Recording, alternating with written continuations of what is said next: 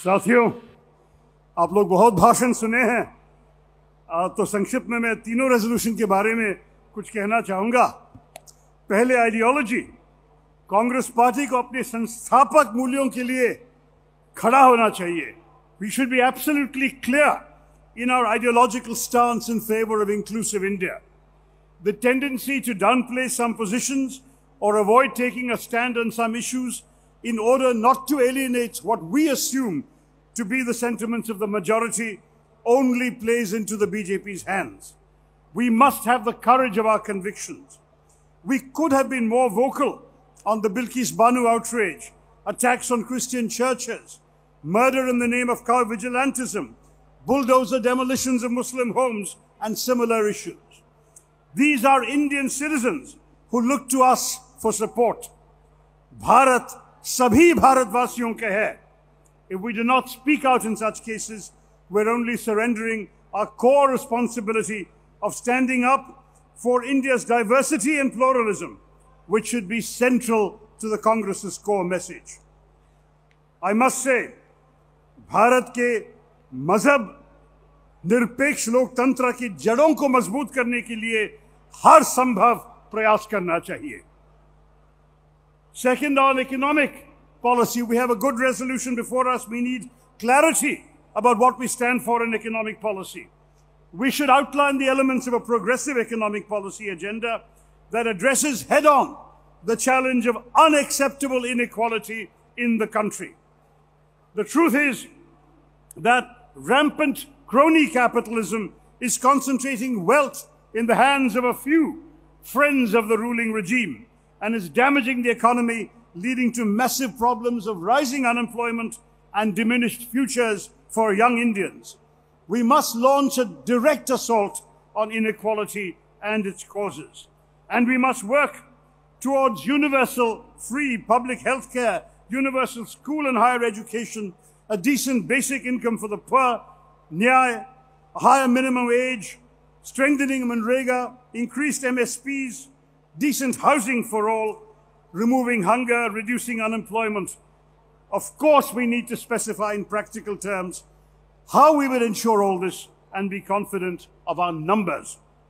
At the same time, we should reassure those who fear we are anti-business that we stand by the liberalization measures that were the gift of a Congress government to the nation, but along with a strong commitment to social justice. We want economic growth, but we must ensure that the fruits of that growth reach the poor and the marginalized. We know that the magic of the market will not appeal to those who cannot afford to enter the marketplace. We must lift the poor up so they can enjoy the full benefits of our economy. Garibi Hatao remains our core calling, and we are proud of our record in pulling millions out of poverty during UPA rule. We remain committed to continuing the effort. India will not shine until it shines for all. And business people have a crucial role to play as wealth generators and job creators.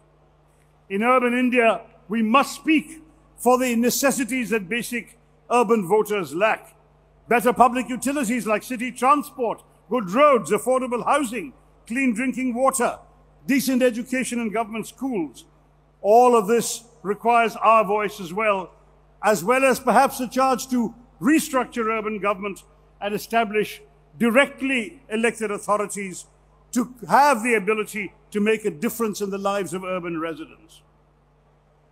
India is a young country led by old people. We hold the world record for the largest gap between the average age of the population and the average age of the cabinet. Young Indians must believe we understand their aspirations and can be trusted to promote them in government. Our own party constitution amendment is a good place to start, but we must go farther. A digital revolution is upon us, and our youth must be ready to adapt to it. We must help them do so. I see vast opportunities for India, and we must seize them. At the same time, we must stay focused on climate change and pursue all avenues to combat this threat, even as we leverage some of the opportunities that will become available as the world transitions to cleaner technologies. International affairs. Foreign policy was long seen as an area of national consensus in which there was no Congress foreign policy or BJP foreign policy, only Indian foreign policy and Indian national interests. This tradition has sadly been undermined by the Modi government, which speaks ill of its predecessors abroad and refuses to take the nation into confidence on vital foreign policy issues, including what is happening on the LAC with China. It is shocking to hear our foreign minister say that China, or imply that China is too rich to stand up to. We must demand that Parliament be taken into confidence, that the nation be told what is our thinking about our vital national security interests. Foreign policy must again return to being a consensual national endeavor with bipartisan agreement and support.